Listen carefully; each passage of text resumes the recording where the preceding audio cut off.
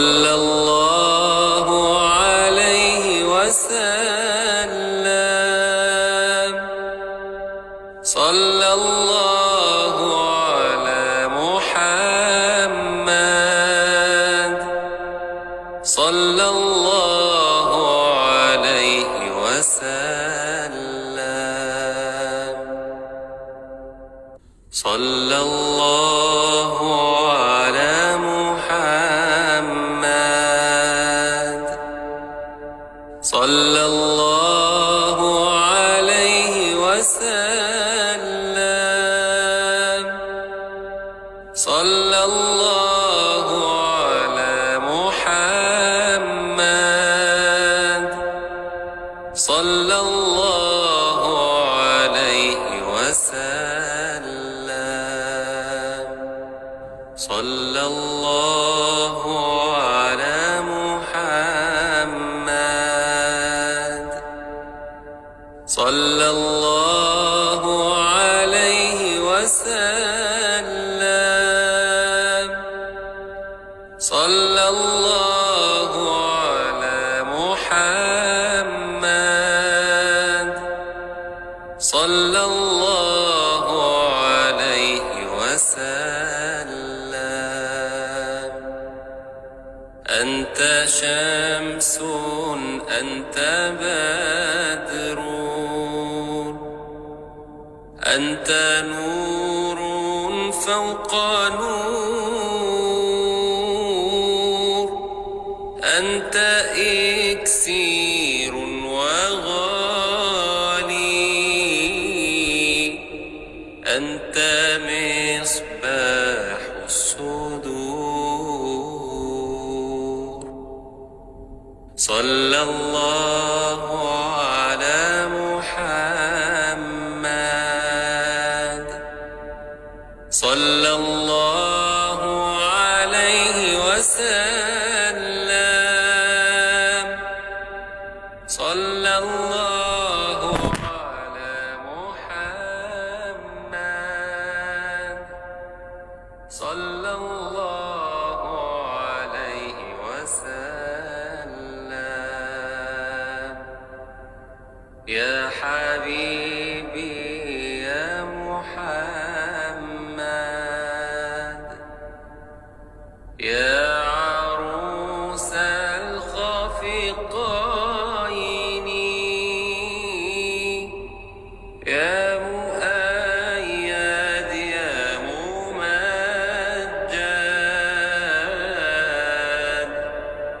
يا إمام القبلتين.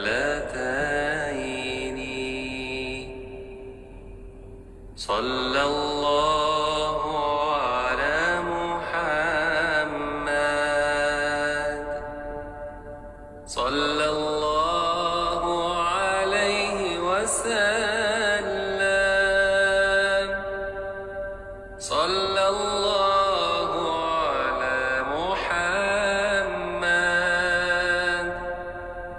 صلى الله عليه وسلم. صلى الله على محمد. صلى الله عليه وسلم. صلى الله على محمد.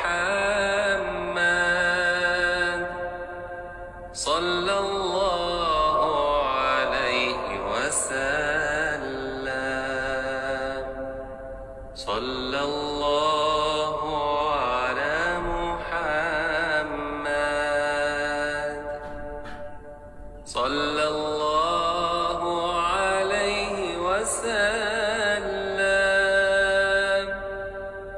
صلى الله على محمد. صلى الله عليه وسلم. أنت شمس أنت بدر، أنت نور فوق نور، أنت إكسير وغالي، أنت مصباح الصدور. صلى الله على محمد، صلى الله عليه وسلم، صلى الله على محمد،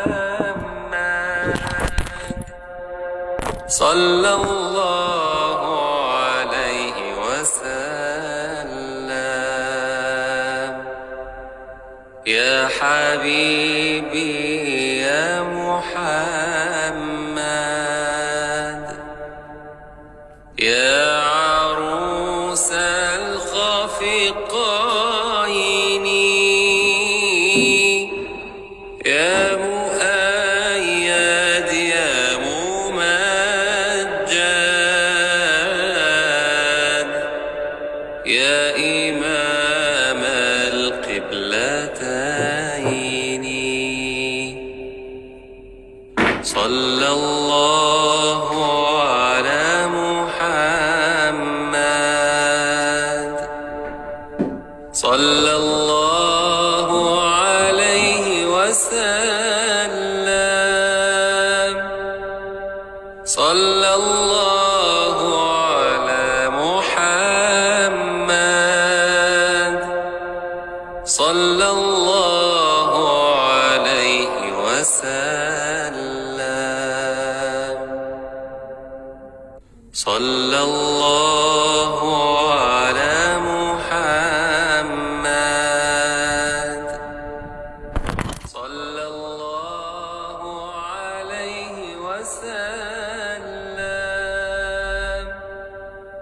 صلى الله على محمد، صلى الله عليه وسلم. صلى الله على محمد، صلى الله عليه وسلم، صلى الله على محمد، صلى الله عليه وسلم. أنت شمس أنت بدر، أنت نور فوق نور، أنت إكسير وغالي، أنت مصباح الصدور. صلى الله على محمد، صلى الله عليه وسلم، صلى الله على محمد، صلى الله عليه وسلم. يا حبيبي يا محمد، يا عروس الخفقين، يا مؤيد يا ممجد، يا إمام القبلتين.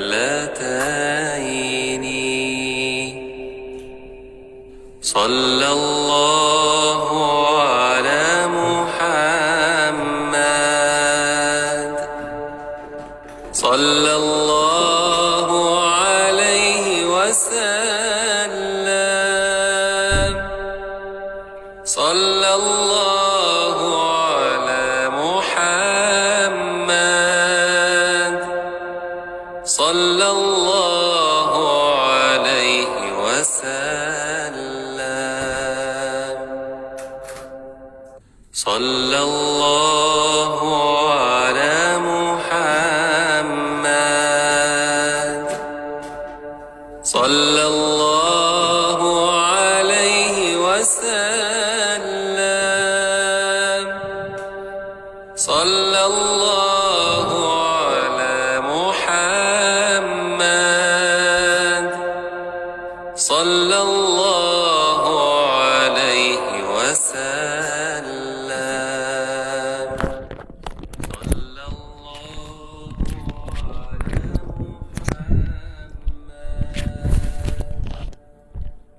صلى الله Subhanallah, walhamdulillah, wala ilaha illallah, wallahu akbar. Subhanallah wa bihamdih, subhanallah wa bihamdih, subhanallahil azim. Subhanallah wa bihamdihi, subhanallahil azim. Subhanallah wa bihamdih, subhanallah wa bihamdih, subhanallahil azim.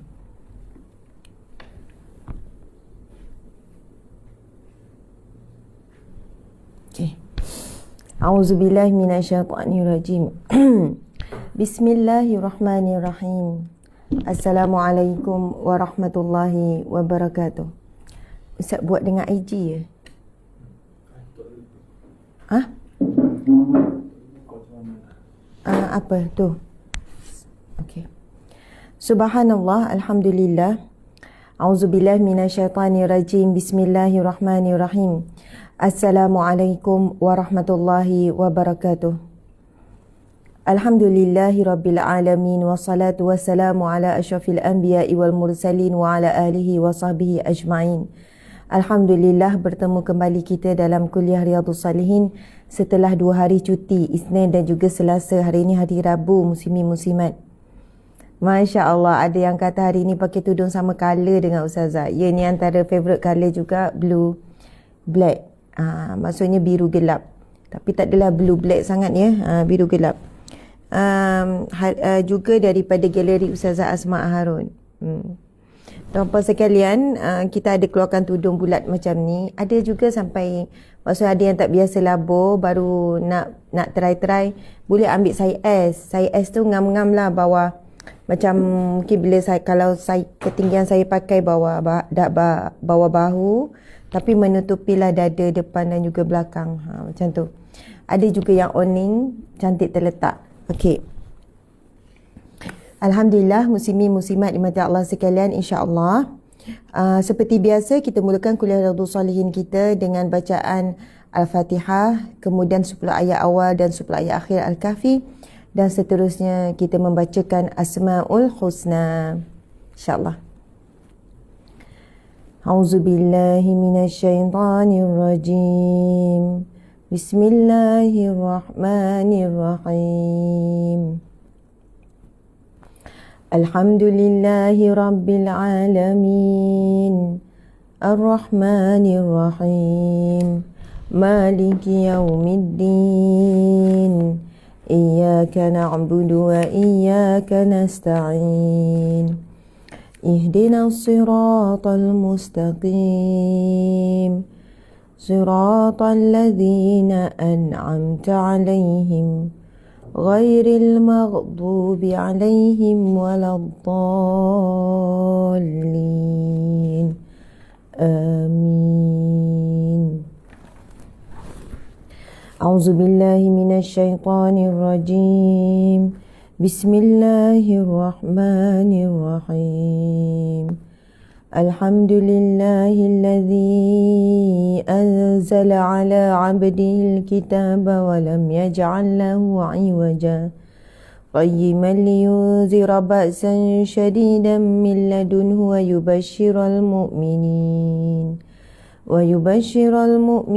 الذين يعملون الصالحات أن لهم أجرا حسنا ماكثين فيه أين قالوا اتخذ الله ولدا ما لهم به من علم ولا لآبائهم كبرت كلمة تخرج من أفواههم إن يقولون إلا كذبا فلعلك باخئ نفسك على آثارهم إن لم يؤمنوا بهذا الحديث أسفا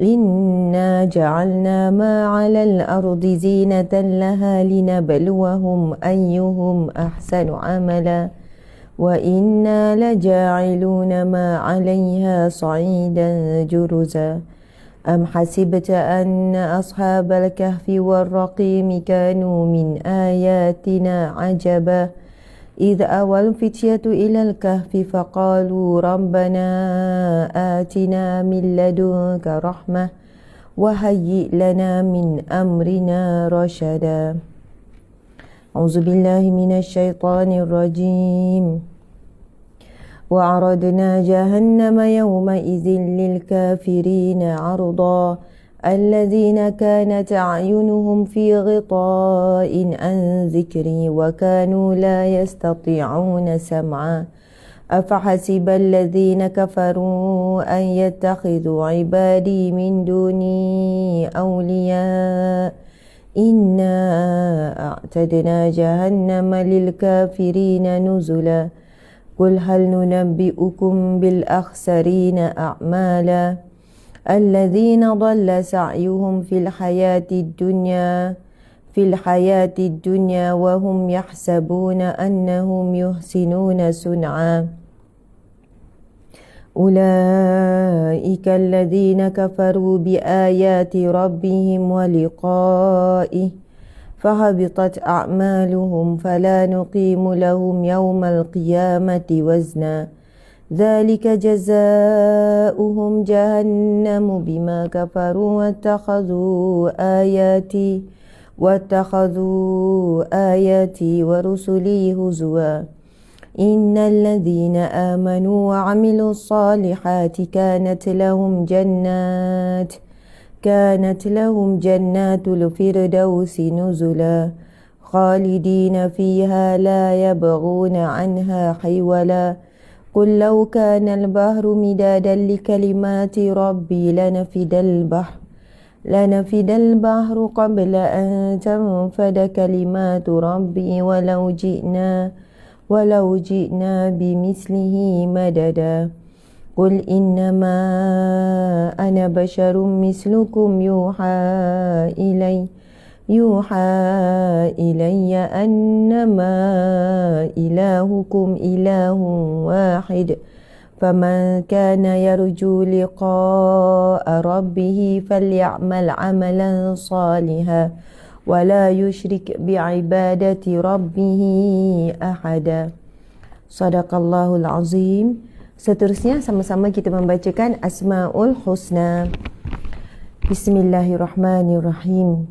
Nas'aluka ya man huwa Allahu alladhi la ilaha illa huwa ar-rahmanur rahim al-malikul qudusus salamul mu'minul muhaiminul azizul jabbar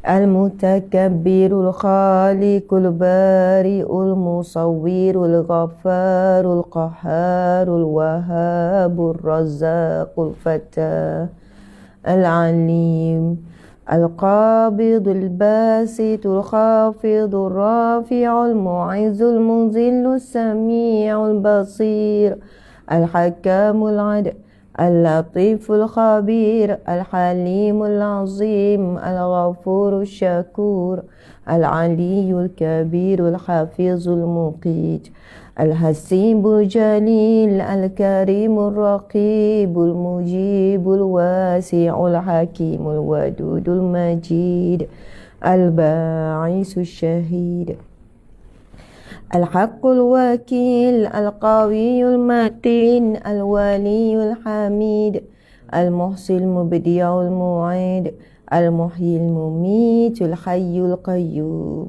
الواجد الماجد الواحد الأحد الصمد القادر المقتدر المقدم المؤخر الأول الآخر الظاهر الباطن الوالي المتعالي البر التواب المنتقم العفو الرؤوف المالك الملك ذو الجلال والإكرام المقسط الجامع الغني المغني المانع الضار النافع النور الهادي البديع الباقي الوارث الرشيد الصبور الذي ليس كمثله شيء وهو السميع البصير اللهم صل أفضل صلاة على أسعد المخلوقات كسيدنا محمد وعلى آله وصحبه وسلم عدد معلوماتك ومداد كلماتك كلما ذكرك الذاكرون وغفل عن ذكره الغافلون Subhanallah walhamdulillah wa la ilaha illallah wallahu akbar. Alhamdulillah. Alhamdulillah. Alhamdulillah. Segala pujian bagi Allah. Segala pujian bagi Allah. Segala pujian bagi Allah Rabbil Alamin yang mentadbir sekalian alam, yang mentadbir seluruh kehidupan kita, yang mentadbir seluruh kehidupan makhluknya. Makhluk yang bernyawa begitu banyak, muslimin muslimat, yang di dalam air, yang di udara, yang di dalam tanah, kehidupan yang pelbagai, kehidupan kita sebagai manusia, kehidupan alam jin, alam malaikat. Subhanallah, semuanya di dalam pentadbiran Allah Subhanahu wa taala. Muslimin muslimat dimati Allah sekalian, apa pun yang berlaku pada saat ini, sama ada yang gembira ataupun yang duka cita, sama ada yang kita impikan ataupun tidak, yang kita jangkakan ataupun tidak, yang kita takuti atau yang kita ingini, muslimin muslimat, semuanya adalah dalam pengetahuan Allah Subhanahu wa taala. Dalam pengetahuan Allah. Tatkala kita dalam ujian sakit dan kita tidak berkongsi di media sosial contohnya, di kalangan ahli terdekat saja yang tahu, cukuplah bagi kita Allah. Hasbi Rabbi Jalallah, cukuplah Allah bagiku. Hasbi Rabbi Jalallah, Hasbi Rabbi Jalallah, cukuplah Allah bagiku. Namun bukanlah salah kita berkongsi di media sosial untuk mengharapkan doa dan mungkin saranan daripada orang ramai. Subhanallah, keduanya tidak salah. Cuma saya ingin menyatakan bahawasanya sekali-sekala, kan, ada dalam sekali-sekala apa yang berlaku dalam hidup kita adalah antara kita dengan Allah Subhanahu wa taala. Dan nikmatilah saat kita dengan Allah. Subhanallah, kerana lagi banyak kita berkongsi dengan manusia, kadang-kadang itu lagi kurang perkongsian kita dengan Allah. Namun bila kita banyak berkongsi dengan Allah, kita mula merasai nikmat. Hasbi Rabbi Jalallah, cukuplah Allah bagiku. Ma fi qalbi ghairullah, tidak ada selain Allah dalam hatiku. Subhanallah. Kerana akhirnya muslimin muslimat, kita sedar bahawasanya sebagaimana yang disebut oleh Nabi Ibrahim alaihissalam, wa idza maridtu fahuwa yashfin, dan apabila aku sakit dialah yang menyembuhkanku. Subhanallah, Allahu akbar. Maksudnya kita cubalah dua-dua, kan, Masya Allah, cuba dua-dua, muslimin muslimat, memberitahu dalam keadaan kita perlu, dalam keadaan kita masih lagi mampu, maka cubalah hanya orang yang terdekat, dan kadang-kadang hanya kita dengan Allah sahaja. Allahu akbar. Saat kita dalam keadaan diuji Allah Subhanahu wa taala, kita rasa berat sangat ujian, dan kadang-kadang dalam dunia hari ini kita nak orang tahu kita sedang dalam ujian, kita dalam struggle, kita nak orang tahu perjuangan kita dan sebagainya. Namun ada kalanya kita hanya terduduk, ada waktunya kita bercerita, ada waktunya kita terduduk tersungkur di tikar sejadah, lalu tangan kita menadah hanya kepada Allah. Subhanallah, Allahu akbar. Muslimin muslimat dimati Allah sekalian, begitu juga apabila kita kehilangan. Memang kita sangat sakit dengan kehilangan. Namun saya jumpa ada seorang wanita yang pada media sosialnya tidak menceritakan kesusahannya kehilangan, baru saja kehilangan suami dalam 2 bulan yang lepas. Suami yang masih muda, beliau juga masih muda, lagi muda daripada saya. Suaminya meninggal dalam keadaan yang mengejut, muslimin muslimat. tak ada sakit, bukan COVID, tak ada sakit. Hanya sesak nafas dalam beberapa tempoh, meninggalkan beliau dengan 7 orang anak. Malam tadi baru saya perasan beliau memang menuliskan mesej yang agak panjang pada saya. Subhanallah. Tapi bila saya melihat kembali kepada Facebooknya, Facebook wanita ini, Muslimin-Muslimat, tidak ada keluhan. Dia hanya berkongsi tentang apa amalan suami, apa tinggalan suami, kan, apa perjuangan dia, maksudnya hala tuju dia dan sebagainya. Tetapi dalam mesej secara personal, walaupun dia tidak tulis secara jelas apa kesusahan yang dia alami, apa kesedihan, bagaimana sukanya dia nak bangkit. Baru dalam tempoh 2 bulan ya, muslimin-muslimat, kehilangan suami mengejut.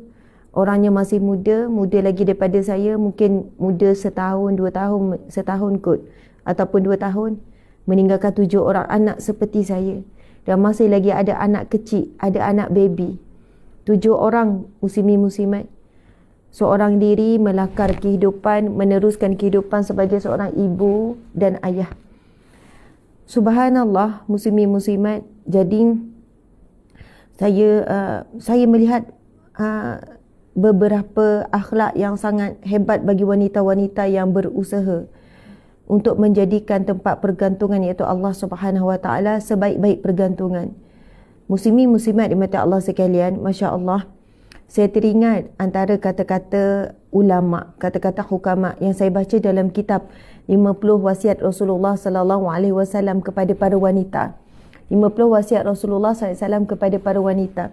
Dalam itu ada ditulis tentang wasiat hukama dan ulama yang muktabar, yang saya tidak ingatlah namanya, tapi bila dicatat dalam sebuah kitab, maka ia adalah ulama yang muktabar lah, macam tu kan, hukama.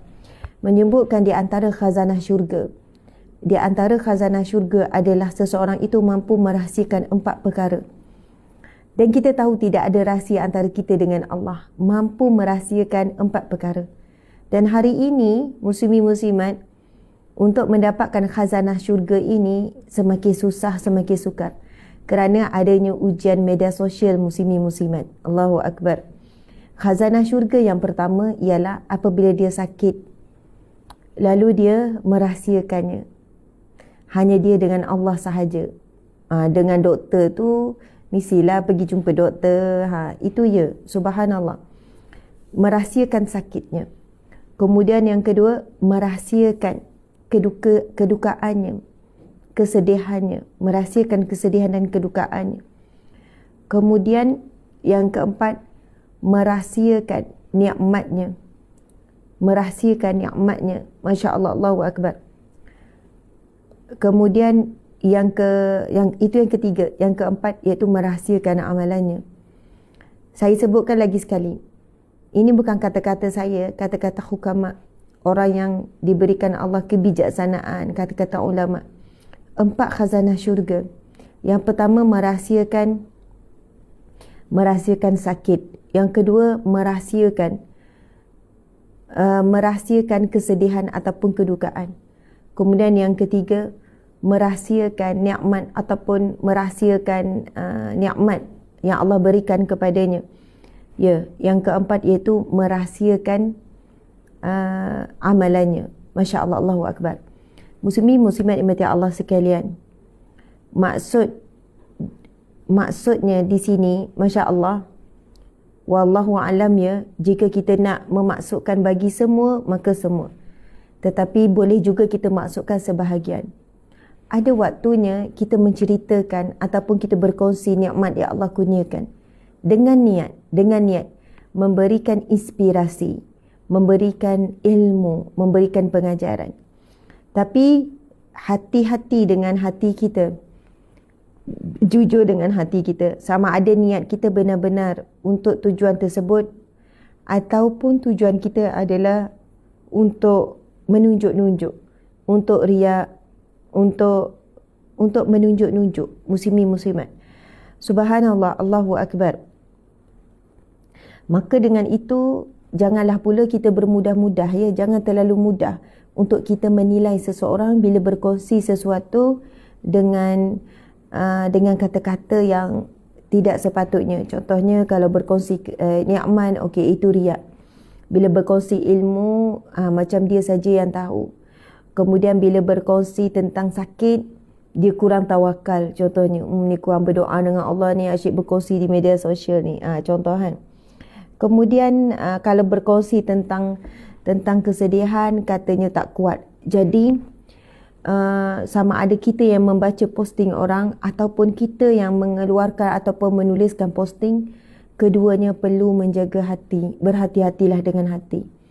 Boleh jadi muslimin-muslimat, dalam keadaan tertentu, ya, kita boleh khabarkan situasi dan keadaan kita, mohon doa dan mohon kefahaman orang ramai. Kita dalam keadaan tidak sihat contohnya.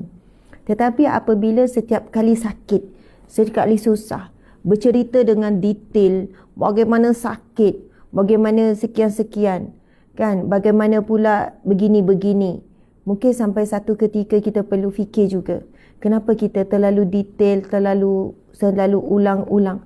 Melainkan kalau cerita kita tu contoh pesakit kanser, subhanallah, dia memberitahu bagaimana keadaannya dan bagaimana dia menghadapinya supaya memberikan inspirasi kepada pesakit kanser, maka perkongsian itu lebih baik daripada dia rahsiakan, sebab perkongsian ini sangat diperlukan. Namun ada setengah orang berkongsi adalah supaya untuk mendapat simpati semata-mata. Jadi kita harap kita boleh berubah sedikit sebanyak, muslimin-muslimat, kerana daripada simpati tidak boleh memberikan kadang-kadang empati, tetapi membuatkan orang berjauh. Orang rasa jemu dengan perkongsian kita dan sebagainya. Allahu Akbar. Begitu juga dengan perkongsian nikmat yang kita perkongsian nikmat, muslimin-muslimat. Berhati-hati dalam nikmat kita, ada orang yang iri, kan? Ada orang yang iri hati. Subhanallah. Jadi dalam perkongsian nikmat kita berpada-pada. Itu pun dalam keadaan kita ingin memberikan kebaikan ataupun ilmu pengetahuan. Masya Allah. Jadi ada nikmat yang rasanya kita tidak perlu wawarkan, kan, dekat keadaan harta-harta, benda dan sebagainya. Subhanallah. Kita usahakan untuk menyembunyikannya. Jika orang tahu juga, itu cerita lain. Masya Allah. Allahu Akbar. Yes, not everything we can share. Itu memang salah satu prinsip juga. Jadi muslimin-muslimat mati Allah sekalian, kadang-kadang ada orang share sesuatu bukan sepenuhnya, bukan semuanya dia share. Ada banyak lagi dia tak share. Saya selalu bersangka begitu. Bila orang share sesuatu, ini sikit saja, banyak lagi yang dia sembunyikan. Kalau saya lihat orang tu berkongsi tentang amalan kebaikannya, itu sikit, banyak lagi yang dia rahsiakan. Ada orang berkongsi tentang sedekahnya, itu sikit, banyak lagi yang dia apa ni, banyak lagi yang dia rahsiakan. Jadi muslimin-muslimat mata Allah sekalian, Masya Allah, mudah-mudahan Allah Subhanahu Wa Taala memberikan kita khazanah-khazanah syurga di akhir zaman yang semua terbuka. Semua manusia ingin berkongsi. Bukan hanya orang yang dikenali saja yang tahu. Kalau dulu berkongsi dengan kawan-kawan, berkongsi dengan rakan sekerja. Tapi hari ini bila kita kongsikan sesuatu, seluruh manusia di alam maya yang ada attach dengan kita, yang kita kenal atau tidak, yang suka kita dan juga tidak, yang sayang kita dan juga benci, kan, yang tak kenal dan yang mudah bersangka buruk dan sebagainya.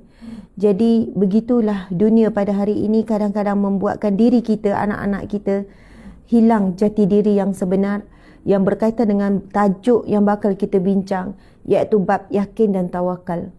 Bab yakin dan tawakal. Allahu Akbar. Muslimin muslimat dimati Allah sekalian.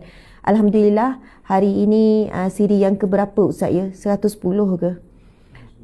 119. Ya, siri Riyadhus Salihin kita dah sampai ke siri yang ke-119. Dan kita masuk ke tajuk yang baru, iaitu bab yakin dan tawakal. Bila saya membacakan bab ini, muslimin muslimat, semakin saya merasakan bahawa saya sangat jauh dengan erti kata yang sebenar bab yakin dan tawakal. Meneliti pada diri sendiri, bukan pada orang lain. Hati sendiri, diri sendiri, tindakan sendiri. Allahu Akbar. Dan insya-Allah dengan kita meneliti ataupun dengan kita membahaskan tajuk yang akhirnya kita sampai ini, tu tajuk yang ke-7 dalam kitab Riyadhus Salihin yang sama-sama kita bakal baca ini, muslimin muslimat, kita akan memahami tentang bab yakin dan juga tawakal. Bab yakin dan juga tawakal. yang mana keduanya adalah satu perjuangan kita untuk mati dalam keadaan yakin, iaitu beriman kepada Allah, dan mati dalam keadaan orang yang bertawakal kepada Allah Subhanahu Wa Taala. Tawakal ini, muslimin-muslimat, adalah ciri-ciri utama untuk masuk syurga tanpa dihisap, tanpa diazab. Kita akan baca hadis Nabi SAW, hadis sahih yang menjelaskan tentang golongan yang akan masuk ke dalam syurga tanpa dihisap, tanpa diazab. Salah satu golongannya adalah mereka yang bertawakal kepada Allah Subhanahu Wa Taala. Kerana itulah muslimin-muslimat, cabaran umat akhir zaman ini yang saya kaitkan dengan apa yang saya sebut di awal, iaitu media sosial, membuatkan manusia semakin kurang bertawakal kepada Allah. Semakin kurang bertawakal kepada Allah. Na'udzubillahi min zalik. Na'udzubillahi min zalik. Kadang-kadang kita bertawakal dan kita tertipu daya dengan amalan kita, muslimin-muslimat. Kita tertipu daya dengan amalan kita. Na'udzubillah. Sebenarnya bagus apabila seseorang berkongsi tentang amalannya dan bagaimana kekayaannya ataupun bisnesnya boleh grow dengan sangat meluas hasil daripada amalan tersebut. Muslimin-muslimat. Contohnya dia bersedekah RM10 dapat sekian. Bagi duit pada isteri dalam jumlah 100 dapat gandaan rezeki 1,000. Dia kata kalau saya bagi 200 jadi 2,000 dan sebagainya. Lalu perkongsian itu tular. Saya tengok dari satu sudut baguslah, sebab memberi inspirasi kepada orang lain, kepada suami-suami lain nak memberi kepada isteri, kan berkongsi sekian-sekian. Masya Allah. Dalam satu sudut bagus. Cuma perlunya ada penjelasan supaya dalam kita beramal sesuatu, muslimin-muslimat, dalam kita berkongsi sesuatu, mesti kena ikat dengan ikatan akidah. Ikatan akidah. Allahu Akbar. Kerana muslimin-muslimat, apabila ada orang yang beramal, buat perkara yang sama tak dapat sebagaimana yang kita dapat, akhirnya mereka akan mula meninggalkan amalan tersebut. Kerana ramai yang beramal untuk mendapat hasil di dunia. Ramai yang beramal bukan kerana Allah, tapi kerana melihat keajaiban yang berlaku pada seseorang lalu seseorang berkongsi. Ini di antara kebimbangan kita juga ya. Saya sebutkan ini kebimbangan. Bukan kata terus salah berkongsi begitu. Jangan terasa hati, jangan kecil hati. Kan? Salah ni, konsep ni. Jangan kata saya mengatakan itu perkongsian yang salah. Cuma perlunya ada ilmu. Kan? Ilmu. Sebab itu akhirnya muslimin-muslimat, ilmu yang paling utama ilmu akidah. Sebab kalau akidah kita tidak benar, walaupun kita ibadah kita banyak, zikir kita banyak, kalau akidah kita tidak benar, kita tidak mampu mengucap kalimah La ilaha illallah Muhammadur Rasulullah. La ilaha illallah Muhammadur Rasulullah. Orang yang beramal untuk tujuan sesuatu, bila dia tak dapat, dia akan meninggalkan amalan tersebut.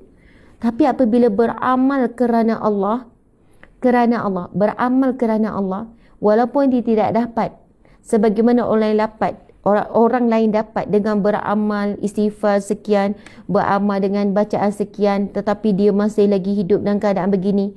Tapi kerana dia beramal kerana Allah, maka dia tidak akan meninggalkan amalan tersebut walaupun dia tidak dapat.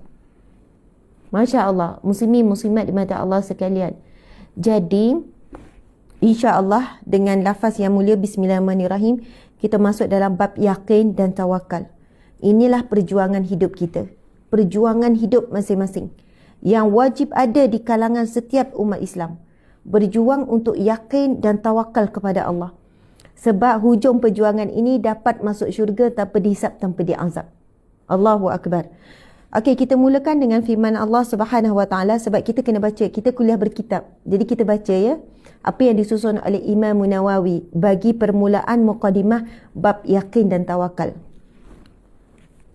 Allah Subhanahu Wa Taala berfirman, "Walamma ra'al mu'minuna al-ahzab qalu hadza ma wa'adana Allahu wa rasuluhu wa sadaqallahu wa rasuluhu wa ma zadahum illa imanan wa taslima." Sadaqallahul azim, yang bermaksud, dan ketika orang-orang mukmin melihat golongan-golongan yang bersekutu itu, mereka berkata, inilah yang dijanjikan Allah dan Rasulnya kepada kita, dan benarlah Allah dan Rasulnya, dan yang demikian itu menambah keimanan dan keislaman mereka. Allahu Akbar. Muslimin muslimat dimati Allah sekalian, itu adalah firman Allah yang mana para sahabat, para mukmin, para muslim apabila melihat apa yang berlaku kepada para sekutu, iaitu golongan-golongan yang ingkar kepada Allah, lalu apa yang terjadi kepada mereka, lalu mereka menyebutkan inilah yang dijanjikan Allah dan Rasulnya kepada kita, dan benarlah Allah dan Rasulnya, dan demikian itu menambah keimanan dan keislaman mereka. Muslimin muslimat dimati Allah sekalian, ada satu kisah Nabi Ibrahim Khalilullah. Nabi Ibrahim AS, kita tahu diberi gelaran Khalilullah. Siapakah yang beri gelaran Khalilullah? Allah Subhanahu Wa Taala sendiri. Di dalam firman-Nya Allah berfirman, Ustaz tolong cari ayat tu ya. Dalam firman-Nya Allah Subhanahu Wa Taala berfirman, saya nak baca tapi saya takut ada salah. Yang mana yang bermaksud Allah mengambil Ibrahim Khalila. Allah telah mengambil Nabi Ibrahim sebagai kekasihnya. Masya Allah, Allahu Akbar. Sebagai kekasihnya. Muslimin muslimat dimati Allah sekalian. Bila Allah menyebutkan begitu, Allah yang mengiktiraf sendiri Nabi Ibrahim itu kekasih. Masya Allah. Ada satu kisah ketika Nabi Ibrahim nak mengukuhkan keimanan dan keyakinannya kepada Allah. Allahu Akbar. Lalu Nabi Ibrahim meminta satu perkara daripada Allah Subhanahu Wa Taala. Dan saya pun nak kisah ni ya, Ustaz. Kisah berkenaan dicincang burung kemudian dikumpulkan semula. Itu kisah tu ada dalam firman Allah. Nabi SAW bersabda, Allah Subhanahu Wa Taala berfirman dalam surah An-Nisa ayat 125, wattakhadallahu Ibrahima khalila. Wattakhadallahu Ibrahima khalila. Allahu Akbar. Yang bermaksud, dan Allah mengambil Ibrahim menjadi kesayangannya, kekasihnya, khalila. Dan Allah mengambil Ibrahim, wattakhadha Ibrahima khalila. Dan Allah mengambil Nabi Ibrahim sebagai kekasihnya, sebagai kesayangannya. Subhanallah. Muslimin muslimat dimati Allah sekalian, Masya Allah. Sebab itu sebenarnya tidak menjadi satu perkara yang subhanallah, tidak menjadi perkara yang salah. Apabila kita ni berlaku peristiwa tertentu, barulah keyakinan kita ini mantap. Masya Allah. Contohlah kan, kadang-kadang Allah didik kita, Allah ajar kita dengan sesuatu perkara yang sangat mendukacitakan ataupun satu perkara yang sangat kita takut. Allahu Akbar. Allahu Akbar. Allahu Akbar. Allahu Akbar. Masya Allah. Yang kita terbayang sendiri apa yang pernah berlaku dalam hidup kita kan. Benda yang kita tak terfikir. Lalu kita pun, masa tu kita pun berdoa. Berdoa pun bukan yakin sangat. Biasa-biasa. Tapi akhirnya Allah makbulkan. Allah hantar pertolongannya. Dan ketika itu muslimin muslimat menambah keyakinan. Allahu Akbar. Ya Allah. Terima kasih ya Allah. Lepas tu kita lupa lagi kan muslimin muslimat. Kita lalai lagi. Kita jauh balik daripada Allah. Allahu Akbar. Kemudian Allah uji lagi kita. Sebab apa? Allah sentiasa nak mengukuhkan keimanan dan keyakinan kepada Allah Subhanahu Wa Taala. Muslimin muslimat dimati Allah sekalian. Masya Allah. Dalam surah Al-Baqarah ayat 260. Ini firman Allah surah Al-Baqarah. Ayat 260. 260. Dan ingatlah ketika Nabi Ibrahim merayu dengan berkata, wahai Tuhanku, perlihatkanlah kepadaku bagaimana engkau menghidupkan makhluk-makhluk yang mati.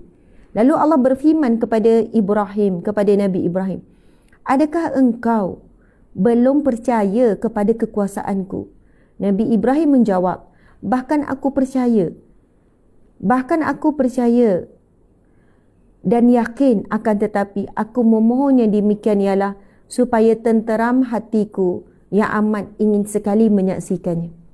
Masya Allah. Nabi Ibrahim pernah minta dengan Allah, ya Allah, perlihatkanlah kepadaku bagaimana engkau menghidupkan makhluk yang mati. Masya Allah. Lalu Allah bertanya kepada Nabi Ibrahim, wahai Ibrahim, adakah engkau belum percaya kepada kekuasaanku? Masya Allah. Bayangkan ya. Dan apa yang berlaku ini dengan izin Allah untuk menambah kepercayaan kita hari ini ni.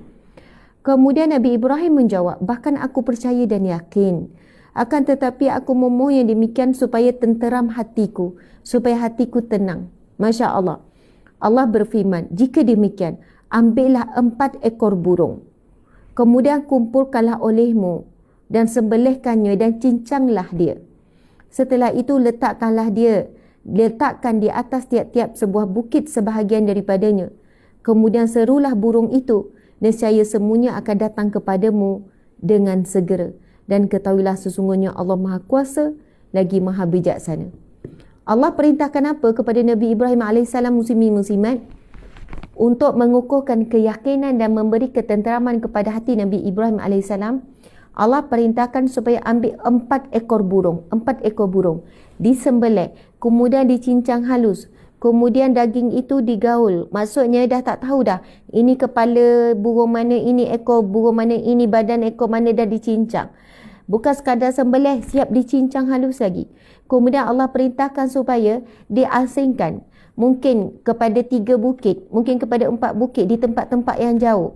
Buatlah 4 kelompok. 4. Tak tahu dah ni badan, kepala, mungkin letak kepala sama kepala ke, ekor dengan ekor ke, wallahualam. Tapi asingkan di tempat yang jauh. Dan dikatakan Nabi Ibrahim letak di atas satu bukit, kemudian bahagian satu bukit. Lalu Allah Subhanahu wa taala memerintahkan kepada Nabi Ibrahim, serulah burung-burung itu, nescaya semuanya akan datang kepadamu dengan segera. Dan Nabi Ibrahim melakukan perintah Allah, memanggil kembali burung itu. Sekelip mata burung itu berada di hadapan Nabi Ibrahim alaihissalam dalam keadaan hidup. Subhanallah, Allahu Akbar. Maka bertambah-tambahlah keyakinan Nabi Ibrahim alaihissalam dan tenteramlah hatinya.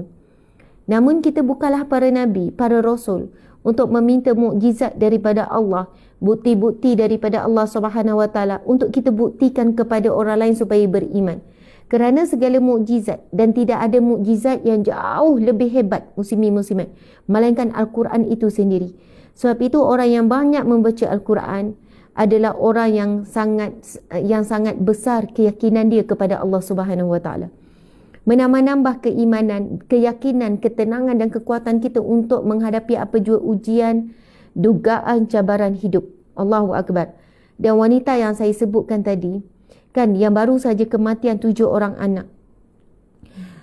Bagaimana kekuatan dia juga adalah Al-Quran. Suaminya adalah ustaz yang mengajarkan Al-Quran, Ustaz Hafiz.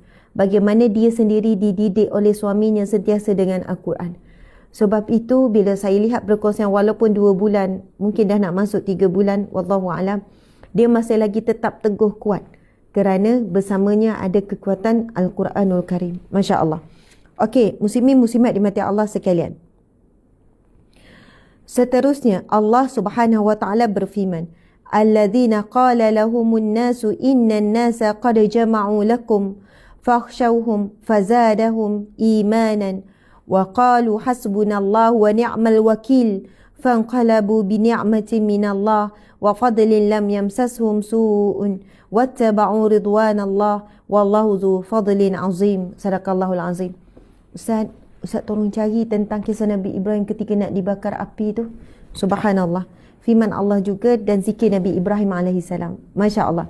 Muslimin muslimat, firman Allah dalam surah Ali Imran ayat 173 hingga ayat 174, iaitu orang-orang yang mentaati Allah dan Rasul, yang ketika ada orang-orang mengatakan kepadanya, orang-orang Quraisy telah mengumpulkan pasukan untuk menyerang kamu, kerana itu takutlah kepada mereka. Ternyata ucapan itu menambah kekuatan iman mereka dan mereka menjawab, cukuplah Allah menjadi penolong bagi kami dan dia sebaik-baik pelindung. Maka mereka kembali dengan nikmat dan kurnia yang besar dari Allah.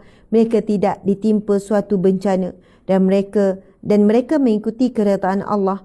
Allah mempunyai kurnia yang besar. Allah Subhanahu wa taala memuji orang-orang mukmin yang mentaati Allah dan Rasulnya, iaitu yang mentaati Allah dan Rasulnya, yang dilakukan oleh orang kepada mereka justru menambah keimanan, keyakinan dan kekuatan. Mereka menyebutkan perkataan hasbunallah Cukuplah Allah sebagai penolong kami. Wa ni'mal wakil, dialah sebaik-baik pelindung. Subhanallah. Dalam firman Allah yang lain, wa tawakkal 'alal hayyi alladhi la yamut, dan bertawakkallah kamu kepada Allah yang maha hidup, yang tidak mati.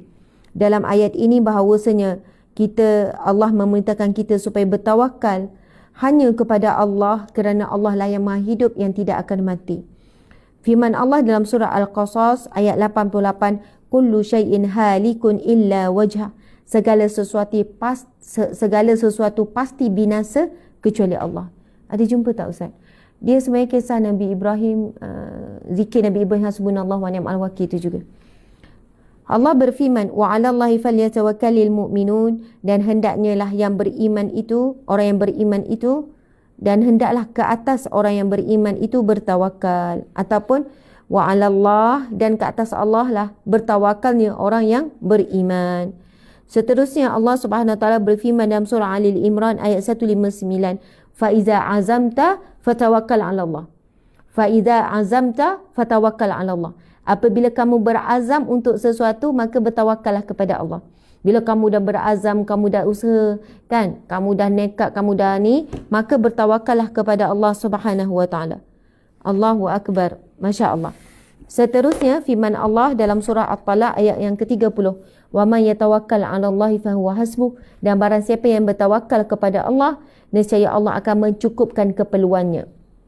Seterusnya firman Allah dalam surah Al-Anfal, a'udzubillahi minasyaitanir rajim, innamal mu'minuna alladhina idza dzukirallahu wajilat qulubuhum wa idza tuliyat 'alaihim ayatuhu zadatuhum imanan wa 'ala rabbihim yatawakkalun. Yang bermaksud, sesungguhnya orang-orang yang beriman adalah mereka yang apabila disebut nama Allah gemetar hatinya, dan apabila dibacakan ayat-ayatnya kepada mereka bertambah kuat imannya, dan hanya kepada Rabb mereka bertawakal. Allahu akbar. Maksudnya mereka menyerahkan segala urusan mereka kepada Allah Azza wa Jalla. Ayat ini merupakan karakter orang mukmin yang sesungguhnya. Umair bin Habib berkata, sesungguhnya iman dapat bertambah dan berkurang. Ditanyakan kepadanya, bagaimana bertambahnya iman? Ia menjawab, apabila kita mengingati Allah dan memujinya, maka itulah bertambahnya iman. Apabila kita lupa dan lalai kepadanya, maka itulah berkurangnya iman. Allahu akbar, Allahu akbar, Allahu akbar. Muslimin muslimat dimati Allah sekalian, hadis yang berkaitan dengan ciri-ciri orang yang akan masuk syurga tanpa dihisab, tanpa diazab adalah hadis yang kita akan bacakan sebentar nanti. Masya Allah. Sebelum itu saya ingin membacakan bagaimana, subhanallah, Allahu akbar.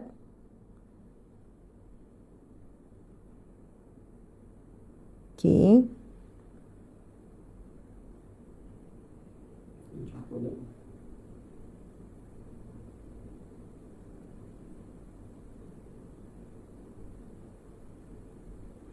Okey, muslimin muslimat yang dirahmati Allah sekalian, kan kisah, kalau kita baca ni bagaimana kisah Nabi Ibrahim AS, pendek cerita, kita tahu Nabi Ibrahim dibakar hidup-hidup oleh raja yang zalim, dikatakan nama itu adalah Raja Namrud. Memerintahkan kepada para tenteranya untuk menyediakan kayu bakar yang menjulang apinya. Subhanallah, sehingga kan perlu dilemparkan Nabi Ibrahim ni daripada jarak yang jauh. Subhanallah, Allahu akbar. Kita bacakan surah As-Saffat ayat 95 hingga 98. Bagi menjawab bantahan mereka, ia berkata, patutkah kamu menyembah benda-benda yang kamu pahat? Masya Allah. Ketika Nabi Ibrahim dibawakan ke hadapan untuk dibicarakan, kerana mereka syaki dan mereka dapati hanya Nabi Ibrahim saja yang tidak mengikuti, yang tidak berada di satu tempat perhimpunan. Lalu mereka mengatakan, maksudnya Ibrahim seorang yang tak ada, jadi dialah suspek utama kepada hancurnya banyak berhala-berhala ni. Lalu apa jawapan bagi menjawab bantahan mereka? Lalu ia berkata, iaitu Nabi Ibrahim berkata, patutkah kamu menyembah benda-benda yang kamu pahat? Padahal Allah yang menciptakan kamu dan benda-benda yang kamu buat itu. Setelah tak dapat berhujah lagi, ketua mereka berkata, binalah untuk Ibrahim sebuah tempat untuk membakarnya. Kemudian campakkan dia ke dalam api yang menjulang-julang itu. Ini firman Allah ya, saya sedang membacakan firman Allah surah As-Saffat ayat 95-98. Campakkanlah dia ke dalam api yang menjulang-julang. Maka mereka dengan perbuatan membakar Nabi Ibrahim itu hendak melakukan angkara yang menyakitinya. Lalu kami jadikan mereka orang yang terkebawah, yang tidak berjaya. As-Sudi berkata, mereka menahannya dalam sebuah rumah. Mereka mengumpulkan kayu bakar. Bahkan hingga seorang wanita yang sedang sakit bernazar dengan berkata, sungguh jika Allah Subhanahu Wa Taala telah bagiku kesembuhan, maka aku akan mengumpulkan kayu bakar untuk membakar Ibrahim.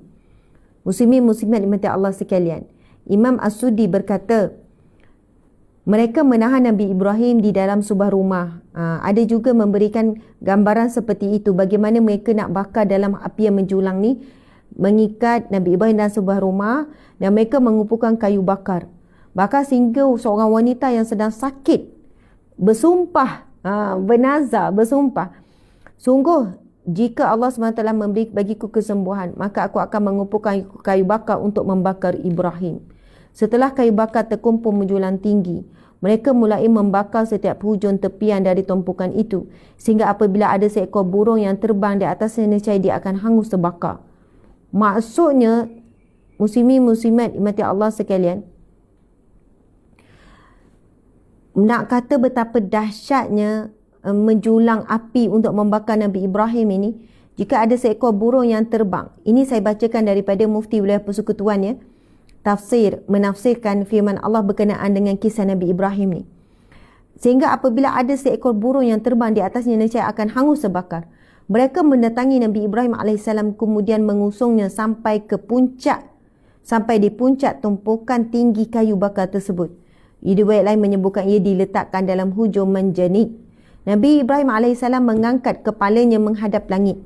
Maka langit, bumi, gunung, ganan dan para malaikat berkata, wahai Rabb, sesungguhnya Ibrahim akan dibakar kerana memperjuangkan hakmu. Allahu Akbar, subhanallah. Ketika Nabi Ibrahim mengangkat kepalanya ke langit, lalu subhanallah, para langit, bumi, gunung, ganan dan para malaikat berkata, wahai Rabb, sesungguhnya Ibrahim akan dibakar kerana memperjuangkan hakmu. Nabi Ibrahim berkata, ya Allah, engkau Maha Esa di atas langit dan aku sendiri di bumi ini. Tiada seorang pun yang menyembahmu di atas muka bumi ini kecuali selain daripadaku. Ketika Nabi Nabi Ibrahim AS menyerukan ni, peringkat awal ni, cukuplah bagiku engkau sebaik-baik penolong. Subhanallah, Allahu Akbar. Itulah yang disebutkan juga kalimah yang disebutkan oleh Nabi Ibrahim AS, iaitu kalimah hasbunallah wa ni'mal wakil. Hasbunallah wa ni'mal wakil. Ini disebut dalam surah Ali Imran ayat 173. Nabi Ibrahim AS berdoa dengan doa hasbunallah wa ni'mal wakil. Cukuplah Allah sebaik-baik penolong kami dan Allah sebaik-baik pelindung. Jadi saya nak tuliskan ya, saya nak tulis doa ni, muslimin muslimat. Sekejap lagi kita akan tulis, tapi sekarang dah dekat pukul 8.30. Hadis yang kita nak bacakan ni pun hadis yang agak panjang, tapi sebenarnya tak adalah panjang sangat. Saya akan bacakan dulu hadis ni. Sebenarnya panjang, tetapi penerangannya tidaklah terlalu panjang. Jadi saya nak juga hari ini bacakan hadis yang pertama berkaitan dengan tawakal yang boleh masuk syurga tanpa hisab, tanpa diazab. Kemudian kita akan pergi ke whiteboard. Saya akan tuliskan zikir Nabi Ibrahim AS, doa Nabi Ibrahim. Dan ia bukan doa Nabi Ibrahim saja, dia juga doa para sahabat dan para sekalian Nabi. Zikirnya pendek saja. Apabila kita dalam keadaan susah, sukar, dan kadang kita rasa tak logik macam mana nak lepasi ni, kan, dalam keadaan kita rasa macam mustahil ni, perkara ni macam tak nampak jalan ni, maka ucaplah kalimah hasbunallah wa ni'mal wakil. Cukuplah Allah bagiku wa ni'mal wakil, dialah sebaik-baik penolong. Itu yang ada nasyid tu kan, hasbunallah wa ni'mal wakil wa ni'mal maula wa ni'man nasir. Hasbunallah. Okey, muslimin muslimat, zikir tersebut panjang, dia ada tambahan. Tetapi kalau kita merujuk kepada firman Allah yang kita bacakan tadi, itu juga adalah zikir ataupun cara sahabat berdoa kepada Allah. Bila dikhabarkan bahawasanya Contoh apabila para sahabat ni yang baru saja baru memeluk Islam, baru nak berjuang bersama dengan Rasulullah sallallahu alaihi wasallam, tiba-tiba dah diseru untuk pergi medan perang. Lepas tu tahu bahawasanya para musuh ni dengan jumlah yang begitu ramai, dengan pedang, dengan kelengkapan perang, dengan kelengkapan pemanah, berkuda. Umat Islam pula sangat sedikit, tidak ada kelengkapan, ramai yang tua. Macam dalam kisah perang Uhud, kan? Nak pergi perang Uhud ni berhadapan dengan tentera yang berganda ramai, kelengkapan yang berganda banyak, kelengkapan yang lebih lengkap, dan disokong oleh bergabung pula dengan ramai kaum musyrik. Dan orang Islam ketika itu ke medan Uhud lebih kurang dalam 1,000. Tetapi ada para munafik yang membisikkan kepada mereka apa? Kalau membisikkan kepada ibu-ibu, kalau kamu nak jenazah anak kamu, kamu lepaskanlah anak kamu pergi berperang. Kan? Ada para munafik yang hidup di kalangan para sahabat ni, duduk memberi gambaran bahawasanya kamu akan bakal mati, kamu tak dapat apa-apa. Kan, kalau kamu nak kamu ada kebun, takkan kamu nak mati macam tu je. Kan, kamu ada isteri, kamu ada anak-anak, adakah kamu nak mati dengan mudah, macam memberi ketakutan. Namun apa jawapan para sahabat? 300 orang cancel. Memula 1,000 dah sedang menuju, tapi 300 orang patah balik, tak nak mengikuti Rasulullah dalam perang. Tinggal 700. Kerana apa? Sebahagian mereka menyebutkan zikir hasbunallah wa ni'mal wakil. Cukuplah Allah bagiku. Wa ni'mal wakil, dialah sebaik-baik penolong. Allahu Akbar. Kalau dalam perang Badar kita tahu umat Islam lebih kurang dalam 313 orang, musuh dalam 1,000 orang. Ini perang pertama yang berlaku dalam Islam. Masya Allah, Allahu Akbar. Dan memang kalau fikirkan seorang lawan 3 dengan tak ada kelengkapan, dengan masing-masing dah tua, tidak terlatih, kan, berbanding nak berlawan ni dengan tentera-tentera yang telah pun terlatih dan sebagainya. Allahu Akbar. Namun bagaimana ya apabila turunnya mereka ke medan perang dengan hasbunallah, cukuplah Allah bagiku, wa ni'mal wakil, dialah sebaik-baik penolongku. Subhanallah, akhirnya Allah menghantar para malaikatnya untuk membantu, untuk menolong. Allahu Akbar. Okey, muslimin muslimat dimati Allah sekalian. Kita akan bacakan satu hadis Nabi sallallahu alaihi wasallam insya-Allah, sebab tadi kita pun mula lambat dalam 8.40. Jadi 7.40, jadi kita akan berhenti 8.40 insya-Allah. Nabi sallallahu alaihi wasallam bersabda, dari Ibnu Abbas radhiyallahu anhuma meriwayatkan, Rasulullah sallallahu alaihi wasallam bersabda, dipertontonkan padaku pelbagai umat, maka saya melihat ada seorang nabi yang disertai sekelompok kecil manusia. Ada pula nabi yang disertai seorang lelaki atau 2 orang sahaja. Bahkan ada pula seorang nabi yang tidak disertai seseorang pun. Tiba-tiba diperlihatkan padaku suatu gerombolan manusia yang besar. Lalu saya mengira bahawa mereka itulah umatku. Muslimin muslimat, fahami semula hadis Nabi ini. Cuba kita fahami kembali apakah yang nak disampaikan oleh Nabi Muhammad sallallahu alaihi wasallam daripada Ibnu Abbas radhiyallahu anhuma. Sebab Ibnu Abbas ni sepupu Nabi, anak kepada Abbas. Abbas ni siapa? Sahabat Nabi juga. Siapakah Abbas? Abbas adalah bapa saudara Nabi, adik kepada ayah Nabi sallallahu alaihi wasallam. Ayah Nabi namanya Abdullah, meninggal sewaktu Nabi Muhammad SAW dalam kandungan.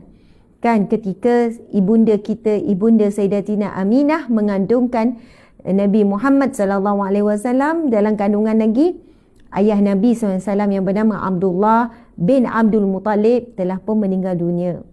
Masya Allah, meninggal dunia. Subhanallah, meninggal dunia. Kemudian ibunya pula meninggal dunia di Abuwa. Abuwa ni, muslimin muslimat, Makkah Madinah adalah asal usul Nabi Muhammad SAW. Madinah adalah keturunan keluarga sebelah ibu. Keturunan keluarga sebelah ibu. Ibunda Rasulullah sallallahu alaihi wasallam, ibunda Rasulullah sallallahu alaihi wasallam asal usul keturunannya daripada Madinah. Sebab itu bila Nabi berhijrah ke Madinah, Nabi berjumpa dengan sanak saudara, dengan keturunan, dengan bapa saudara sebelah ibu dan sebagainya. Sebab itulah muslimin muslimat, ketika Sayyidatina Aminah nak pergi ziarah, kan, meninggal di Abuwa. Abuwa ni pertengahan di antara Mekah dan juga Madinah. Masya Allah. Jadi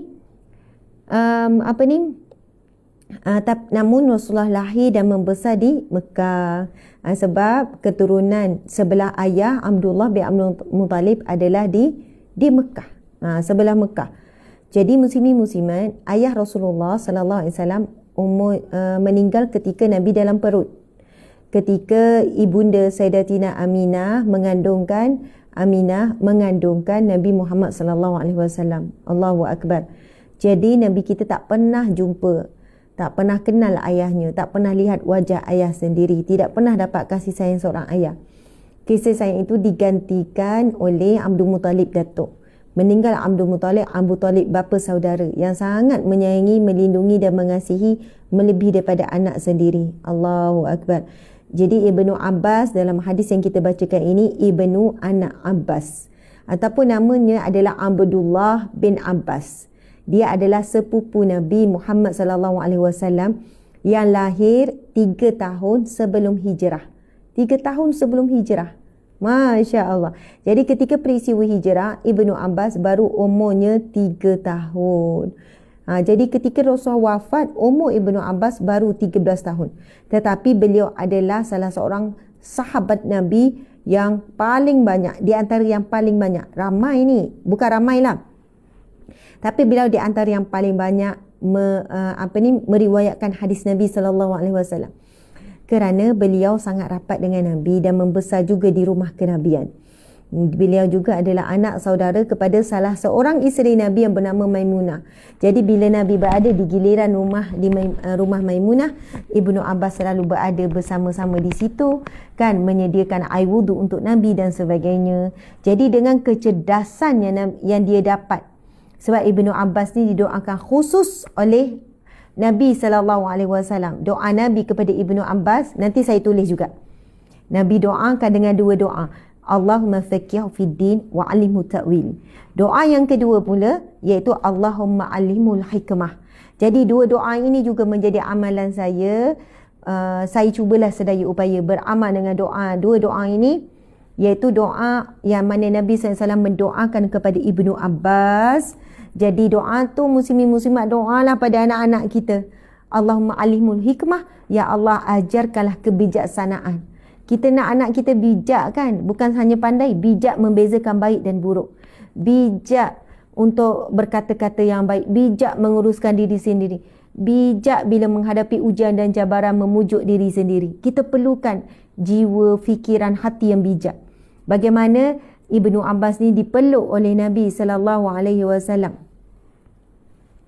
Maka dengan itu, apabila dipeluk oleh Nabi SAW bawa ke dada, kemudian Nabi sallallahu alaihi wasallam mendoakan kepada Ibnu Abbas, kan, ya Allah berikanlah dia kebijaksanaan, dan Allahumma alimul hikmah, Allahumma alimhu, Allahumma faqihu fid din, Allah berikan dia kefahaman tentang agama, wa alimhu ta'wilan, berikanlah ilmu dia untuk mentakwil ataupun menafsirkan Al-Quran. Bayangkan ya muslimin-muslimat yang dirahmati Allah sekalian, makbul doa Nabi Muhammad SAW kepada Ibnu Abbas. Walaupun dia masih muda, dia masih remaja, dia masih kanak-kanak, tetapi dia seorang kanak-kanak yang bijak, kuat daya ingatan. Jadi itu saya akan tuliskan sekejap lagi, insya-Allah.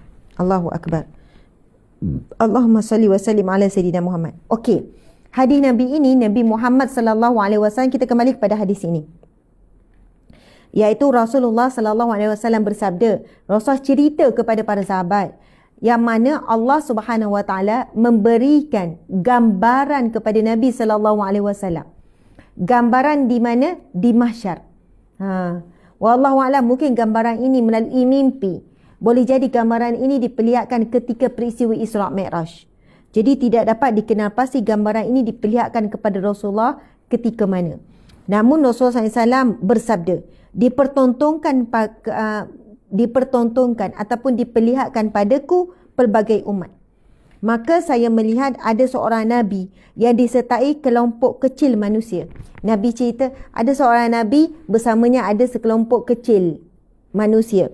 Ada seorang Nabi yang disertai seorang lelaki atau 2 orang saja. Ada pula Nabi bersama dengan dia seorang ataupun 2 orang je. Maksudnya ada Nabi, ada kelompok, adalah 5-6 orang. Ada seorang Nabi, ada 1-2 saja. Dan ada seorang Nabi yang tak ada seorang pun. Seorang Nabi, dia seorang je, tak ada pengikut. Tak ada yang bersama dengan dia. Allahu Akbar. Tiba-tiba diperlihatkan padaku suatu gerombolan yang besar. Lalu saya mengira bahawa mereka itulah umatku. Lalu dikatakan kepadaku, ini adalah Musa dengan kaumnya. Lalu dikatakan, ini adalah Nabi Musa dan kaumnya. Yang nampak ramai kaum Nabi Musa di kalangan Bani Israel yang beriman. Kan di kalangan Nabi Musa AS kita tahu diutuskan kepada Bani Israel. Maka manakala Nabi Isa AS pula diutuskan kepada Nasrani, iaitu penganut agama Kristian. Jadi Bani Israel ni muslimin-muslimat ada di kalangan Bani Israel yang beriman kepada Allah. Sebab itu dikatakan hari ini Israel tu, kan Yahudi Israel tu ada di kalangan yang tidak menentang Islam. Dan golongan inilah yang paling banyak dibunuh. Yang menentang Islam teruk sangat sampai hari ini adalah Zionis. Mereka yang di kelompok yang daripada asal usul mereka dulu lagi memang membenci, memang menyusun pelbagai strategi untuk memusnahkan Islam. Jadi kita tahu Nabi Musa AS diutuskan untuk Bani Israel. Allahu Akbar. Sebahagian Bani Israel ketika itu beriman kepada Allah Subhanahu Wa Taala. Namun kerana kejahatan Bani Israel yang tidak pernah berhenti merencana untuk membunuh Nabi Musa, untuk menghancurkan mereka yang beriman. Dan itulah peristiwa yang berlaku tu. Nabi Musa AS dengan Bani Israel kan menuju dikejar oleh Firaun, kemudian dibelah laut dengan kaumnya, Nabi Musa dengan kaumnya. Subhanallah, Allahu Akbar. Muslimin muslimat, kalau kita baca sejarah kan ada kelompok Israel yang dibunuh. Dan itulah kelompok yang sekian-sekian, macam itulah adalah. Bukan kita nak kata Israel hari ini adakah semuanya jahat. Ada sebahagiannya menentang apa kezaliman yang mereka lakukan, pemerintah mereka lakukan ke atas penduduk Palestin. Okey. Lalu dikatakan kepadaku, ini adalah Musa dengan kaumnya. Tapi lihatlah ke arah situ. Kemudian saya pun melihatnya. Tiba-tiba ada suatu gerombolan umat yang besar juga. Selanjutnya dikatakan pula kepadaku, kini lihatlah pula ke arah yang lain. Ternyata di situ terdapat satu kelompok yang besar. Lalu dikatakan kepadaku, inilah umatmu, dan beserta mereka itu ada 70,000 orang yang dapat masuk syurga tanpa dihisap dan tanpa diazab. Allahu Akbar, subhanallah. Mula-mula nampak sekelompok manusia yang ramai. Kemudian bila ditanya, adakah itu umatku? Lalu malaikat ni berkata, tidak, itu adalah Musa dan umatnya. Lalu diperlihatkan satu gombalan umat yang besar juga. Lalu dikatakan pula kepadaku, bukan, itu bukan umatmu juga. Lalu ditunjukkan kepada satu kumpulan yang paling besar di padang mahsyar, yang paling ramai di padang mahsyar. Lalu dikatakan, itulah umatmu.